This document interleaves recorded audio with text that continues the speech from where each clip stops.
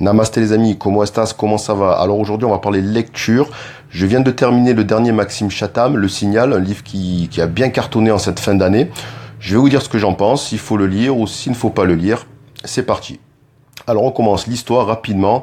On a un couple de New-Yorkais. La femme est une ex-présentatrice télé à succès, qui en a eu un peu marre du showbiz et a voulu prendre du recul. Le mari, il écrit des pièces de théâtre, il a eu du succès dans le passé, mais aujourd'hui, il est un peu en galère d'inspiration. Et puis, ils ont deux enfants. Un premier enfant, j'allais dire leur vrai enfant, qui doit avoir 8-10 ans, je sais plus, et un deuxième, qui en fait est le neveu de la femme, dont la sœur et le mari sont morts il y a 1 an dans un accident de voiture. Donc voilà, on a une petite famille recomposée, new-yorkaise, qui part s'installer dans une petite ville du fin fond de l'Amérique. Ils achètent une maison de campagne, ils veulent refaire leur vie, ils veulent, s'aérer, changer d'idée, prendre un nouveau départ. Malheureusement, évidemment, on s'en doute bien, il y a des choses pas très nettes qui se passent dans cette maison et dans cette ville. Et notamment des phénomènes paranormaux, évidemment inexpliqués. Ça va être le thème de l'histoire. Donc, première chose sur ce livre, la chose qui saute aux yeux, c'est la ressemblance avec Stephen King, avec ça de Stephen King. Là, c'est clair, il n'y a pas moyen d'y échapper. Alors, je crois que Maxime Chatham ne s'en est pas caché. Alors, s'agit-il d'un hommage ou d'un plagiat?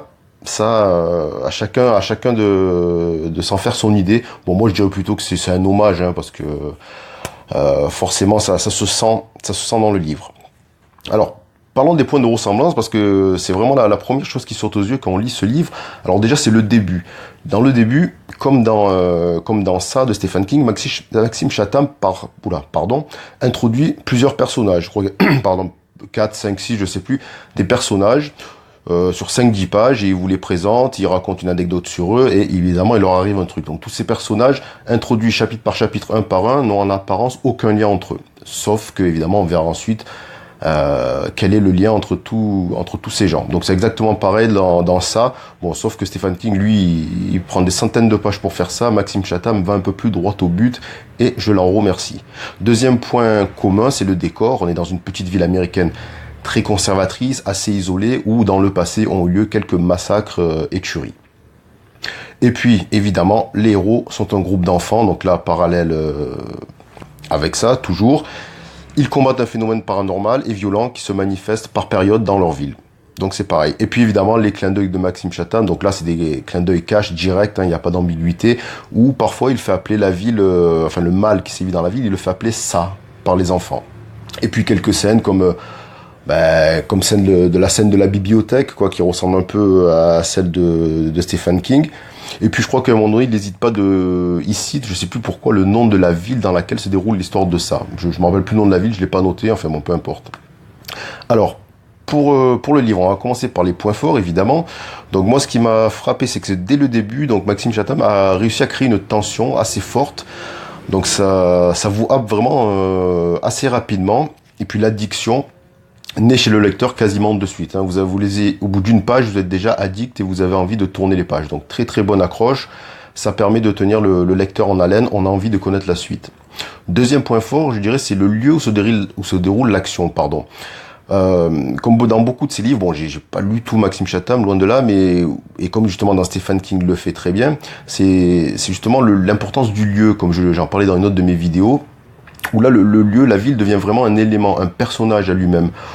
Vous voyez, il y a quelque chose de fort, c'est pas juste un décor, on décrit pas juste il y a 2 maisons, 2 arbres ou une fontaine, non, le lieu de la ville transpire, respire quelque chose de profond. C'est vraiment un personnage.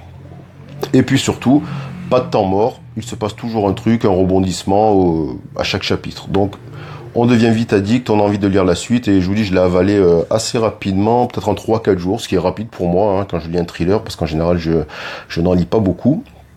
Alors par contre, le point négatif, parce qu'il y en a un, il y en a toujours un, enfin pas toujours, mais là je tenais à le souligner quand même, c'est que je trouve que la dernière partie est un peu bâclée. J'avoue que je m'attendais à quelque chose de plus poussé, de peut-être plus développé ou surprenant, mais au lieu de ça, ça sombre dans l'ultra-violence et le gore. Et je trouve ça un peu dommage. Voilà, je m'attendais à autre chose. Peut-être qu'il a pas eu le temps de finir, peut-être qu'il a été à court d'idées, je sais pas, bon, peu importe. Donc Parce que moi j'aime bien comparer, quand je lis un Maxime Chatham, j'aime bien le comparer toujours pour moi à son thriller de référence, qui est le meilleur je pense, même si j'ai pas tout lu, je le répète.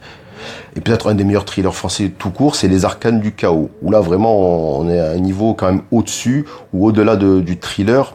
On a quand même une réflexion sur... alors le thème, si vous l'avez pas lu, il y a en fond les attentats du 11 septembre, on est dans un thriller complotiste.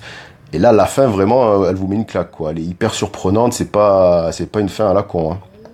On n'est pas dans le gore, on est dans la réflexion, dans l'efficacité, dans la surprise. Donc, voilà ce que je regrette un peu dans Le Signal de Maxime Chatham. Cela dit, globalement, je conseille de le lire. C'est un excellent divertissement. Vous l'avalerez en quelques jours. Franchement, allez-y, pas de problème. Si vous voulez l'acheter, bon, ben, je vous ai mis les liens pour Le Signal et les Arcanes du Chaos. Les liens sont en dessous. Vous pouvez cliquer dessus. Voilà, terminé pour aujourd'hui.